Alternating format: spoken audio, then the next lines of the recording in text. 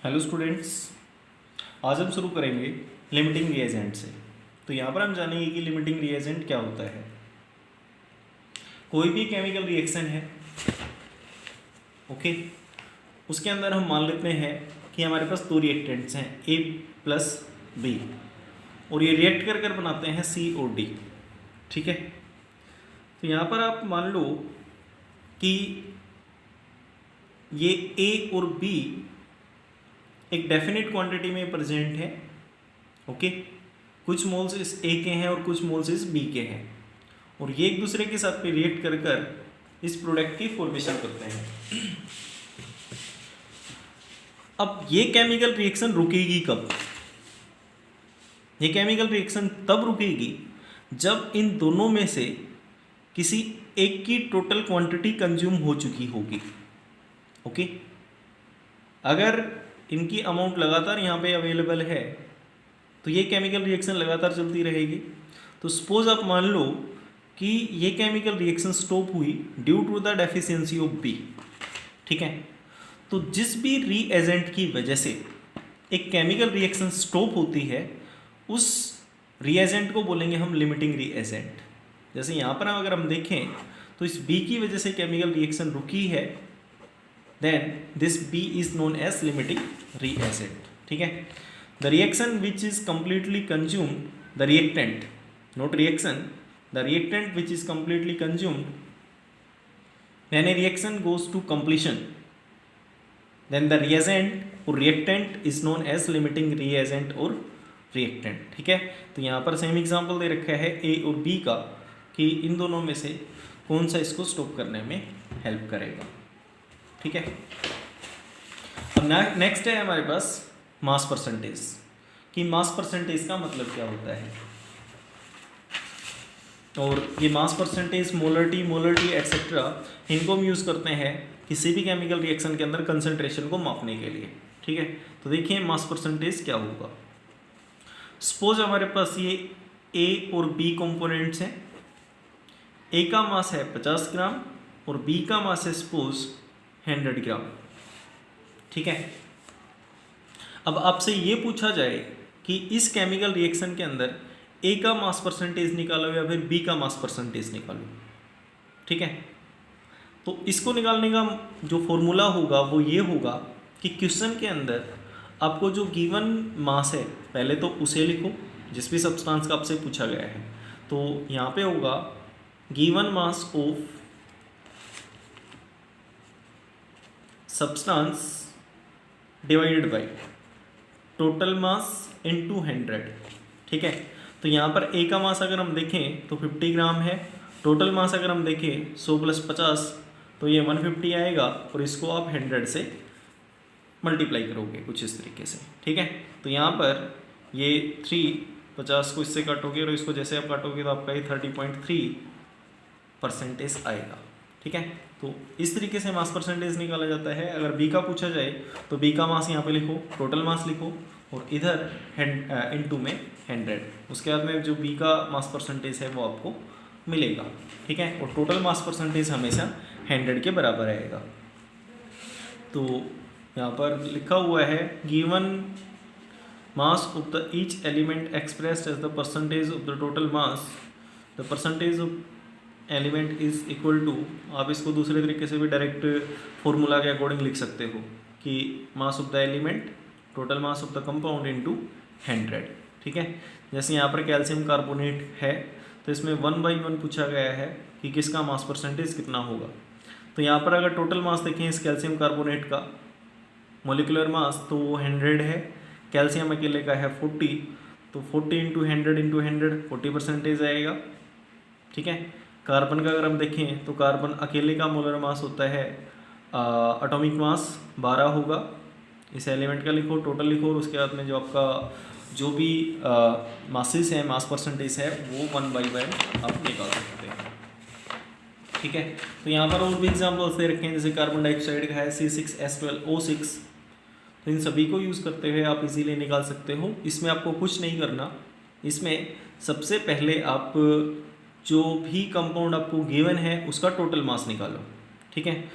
इसके बाद carbon, hydrogen, oxygen या फिर जो भी एलिमेंट यहाँ पे गिवन है उसका मास आपको पता होना चाहिए, ठीक है। इसको देखने के लिए आप अपनी पीरियोडिक टेबल है उसको भी यूज़ कर सकते हो, ओके। तो जैसे ये आपके पास C6 है, एक कार्बन का 12 है, तो 6 कार्बन का हो जाएगा 72, ठीक है। और टोटल मास लिखो इंटू 100 करो, तो आप आसानी से जो मास परसेंटेज है उसको निकाल सकते हो, ओके। तो यहाँ पर बीच में है सम बेसिक्स, ये आपको बाद में करवाया जाएगा, बट इसके साथ साथ हम नेक्स्ट देखेंगे कि मोलरिटी कैसे पता करते हैं, ठीक है। मोलरिटी को निकालने का जो मेथड है वो ये होगा, moles of solute divided by volume of solution in litre.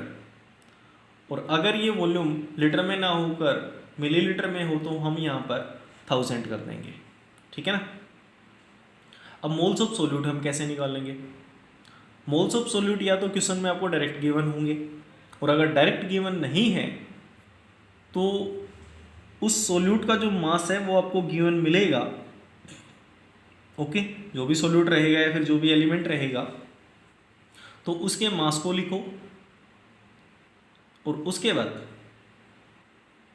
उसका जो भी एटॉमिक मास होता है उसको आप नीचे लिखो तो आपको मोल्स मिलेंगे, ठीक है। तो इस तरीके से आप कंपाउंड की जो मोलरिटी है वो निकाल सकते हो। जैसे यहाँ पर मोलरिटी की डेफिनेशन है, the molarity of a solution is defined as the number of moles of the solute present in per litre of solution, it is represented by capital M। याद ध्यान रखना कि मोलरिटी को हम कैपिटल M से दिखाते हैं। तो यहाँ पर moles of solute divided by volume of solution in ml, तो यहाँ पे 1000 आ जाएगा। और अगर ये ml में ना होकर लीटर हो तो आप इधर 1000 यूज़ नहीं करोगे, ठीक है। अब ये मोल्स निकालने का फॉर्मूला है moles of solute divided by molar mass of solute. Next one is the molarity. अब मोलरिटी और मोलरिटी में कोई ज़्यादा डिफरेंस नहीं होगा। डिफरेंस ये होगा कि वहाँ पर हम वॉल्यूम लेते हैं, इधर हम मास लेंगे, उधर हम सॉल्यूशन ले रहे हैं, यहाँ पे हम सॉल्वेंट लेंगे, ठीक है ना। यहाँ पे हमने सॉल्यूशन लिया, इधर आप सोल्यूट लोगे, क्लियर। मोल्स निकालने का फॉर्मूला सेम रहेगा, या तो आपको गिवन होगा या फिर निकालना पड़ेगा, ओके। अब मास ऑफ सॉल्वेंट हम केजी में लेंगे, और अगर इसको केजी में ना लें और एक ग्राम में लिया जाए तो आप यहाँ पर 1000 यूज़ करोगे। जैसे इसको अगर हम लिखें तो ये आएगा आपका moles of solute divided by mass of solvent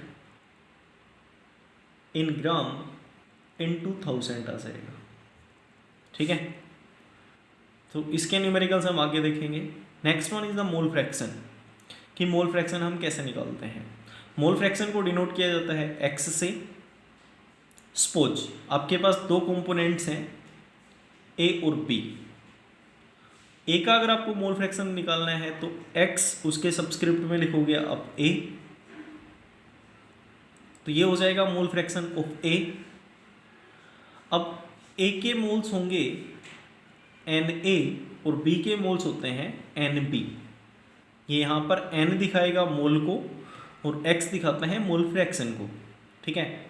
अगर आपसे A के मोल फ्रैक्शन पूछे जाएं तो जिस कंपोनेंट के आपसे मोल फ्रैक्शन पूछे गए हैं तो उसके मोल्स को आप ऊपर लिखोगे, और उसके बाद में टोटल मोल्स, तो total moles Na plus Nb, मतलब A के मोल्स और B के मोल्स, ठीक है। जैसे यहाँ पे लिखा हुआ है Na is equal two moles of A and Nb is equal two moles of B।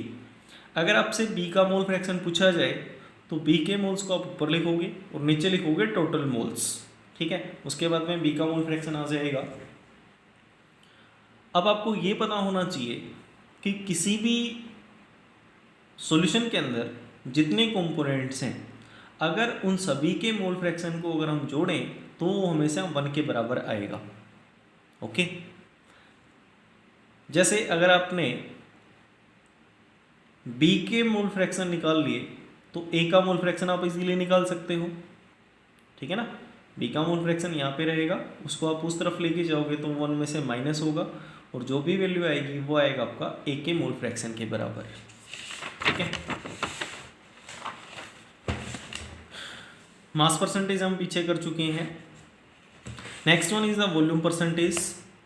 अब वॉल्यूम परसेंटेज में हम वॉल्यूम ऑफ जिस भी कंपोनेंट की हमें वॉल्यूम निकालनी है उस कंपोनेंट की वॉल्यूम को ऊपर लिखेंगे और नीचे लिखेंगे हम टोटल वॉल्यूम और इनटू में आ जाएगा 1000। ठीक है, तो ये वॉल्यूम परसेंटेज को निकालने का मेथड है। Next one is the parts पर मिलियन। अब पार्ट्स पर मिलियन को निकालने का भी जो मेथड है वो सेम रहेगा, बट यहाँ पर हम जैसे पहले 1000 यूज़ करते थे यहाँ पे यूज़ करेंगे हम 10⁶। ठीक है, हमारे पास दो कंपोनेंट्स हैं ए और बी और आपसे पूछा गया है कि ए के पीपीएम बताओ, पार्ट्स पर मिलियन बताओ।